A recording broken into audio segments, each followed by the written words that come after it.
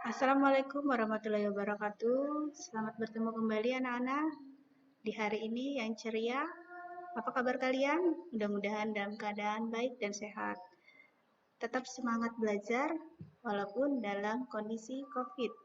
Anak-anakku sekalian, jangan lupa dimanapun kalian berada, sering mencuci tangan, menggunakan masker, dan hindari kerumunan, jaga jarak. Hari ini kita akan membahas mengenai materi persamaan akuntansi. Anak-anakku sekalian, kita akan membahas persamaan akuntansi. Tujuan yang akan kita capai hari ini, kalian mampu memahami pengertian persamaan dasar akuntansi, dan kalian mampu menganalisis transaksi dan mencatat dalam persamaan akuntansi. Apa itu pengertian dari persamaan akuntansi? Nah, anak-anakku sekalian, kita perhatikan semua. Persamaan akuntansi di sini merupakan transaksi usaha, merupakan kejadian atau situasi yang mempengaruhi posisi keuangan perusahaan. Setiap transaksi harus dilakukan identifikasi dan pengukuran. Transaksi usaha bisa mengakibatkan perubahan jumlah atau komposisi persamaan antara kekayaan dan sumber pembelanjaan.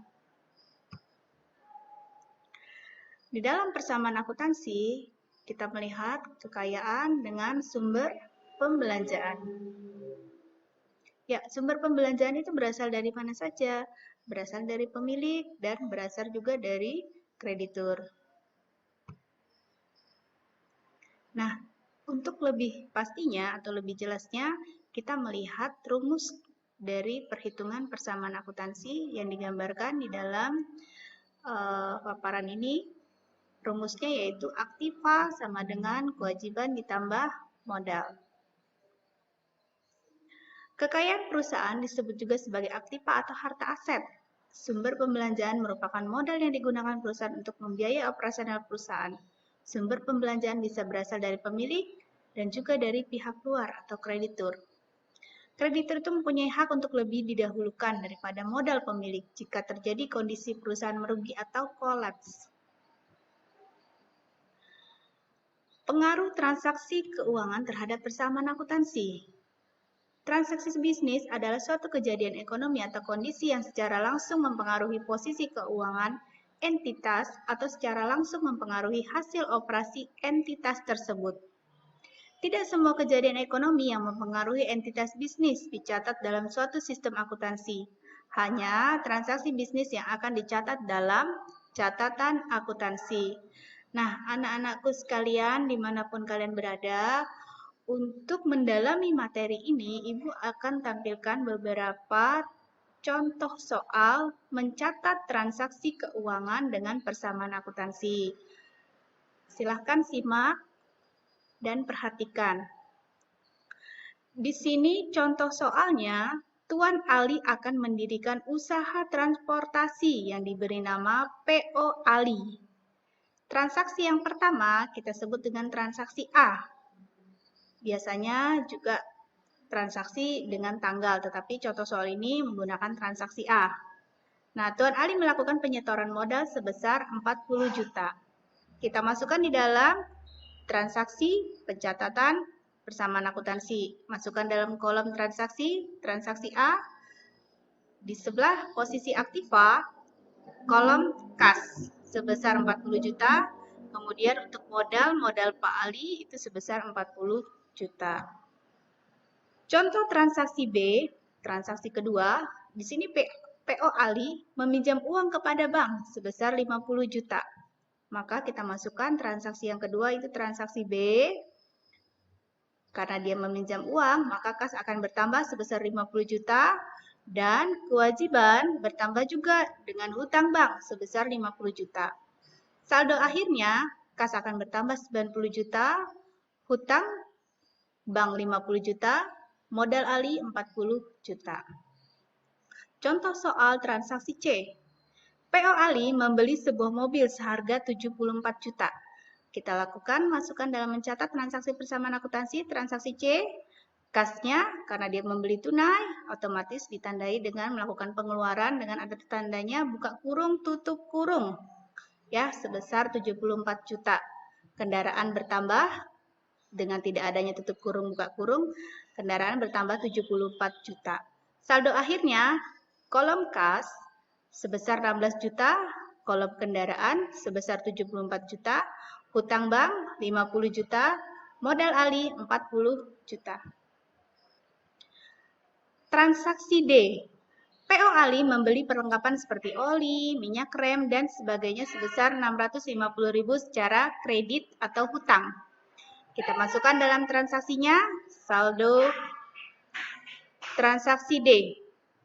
Perlengkapan bertambah 650.000, hutang dagang 650.000. Maka saldo akhirnya kas 16 juta, perlengkapan 650.000, kendaraan 74 juta, hutang bank 50 juta, hutang dagang 650.000, dan modal Ali 40 juta.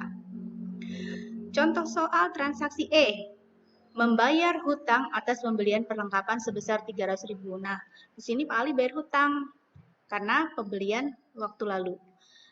Masukkan transaksinya, transaksi E, kas akan berkurang, ingat tandanya buka kurung tutup kurung, maka kas akan berkurang sebesar 300.000.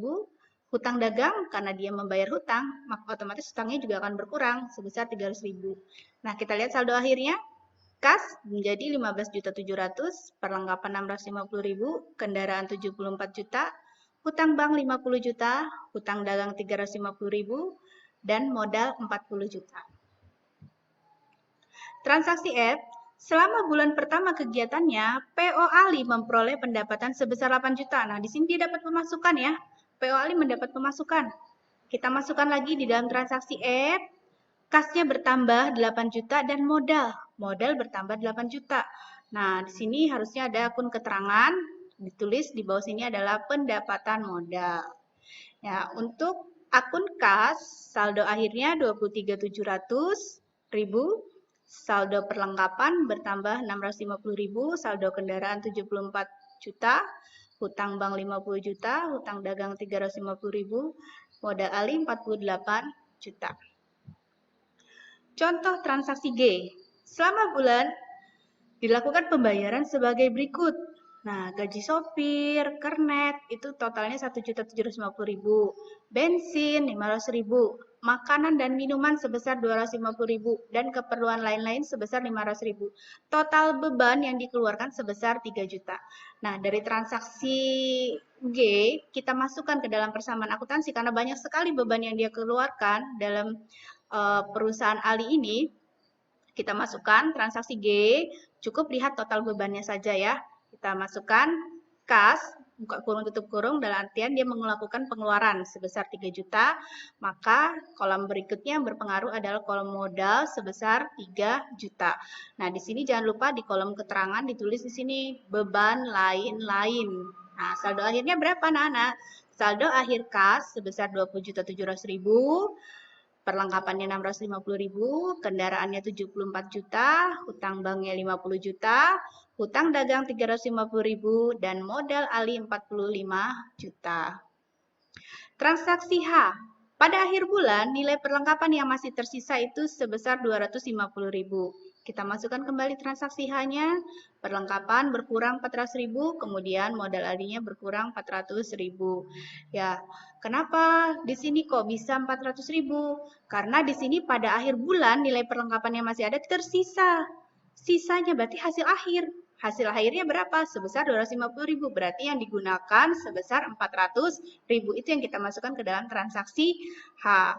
Nah, saldo akhirnya total kas 20.700.000, perlengkapan 250.000, kendaraan 74 juta, hutang bank 50 juta, hutang dagang 350.000, modal Ali 44.600.000. Transaksi I, Tuan Ali mengembalikan sebagian hutang bank sebesar 1.500.000. Kita masukkan transaksi I, kasnya berkurang sebesar 1.500.000, kemudian hutang banknya juga berkurang sebesar 1.500.000. Maka saldo akhirnya kas berkurang menjadi 19.200.000, perlengkapan 250.000, kendaraan 74 juta, hutang banknya 48.500.000, hutang dagang 350.000, modal alinya 44.600.000. Transaksi J, Tuan Ali mengambil uang sebesar 1 juta untuk keperluan pribadi. Nah, transaksi J di sini karena dia mengambil uang pribadi atau nama lainnya adalah Thrive, ya, kas berkurang sebesar 1 juta, kemudian di kolom modal pun berkurang sebesar 1 juta. Nah, di sini dimasukkan kolom keterangan, ditulis di sini Thrive sebesar 1 juta. Saldo akhirnya berapa?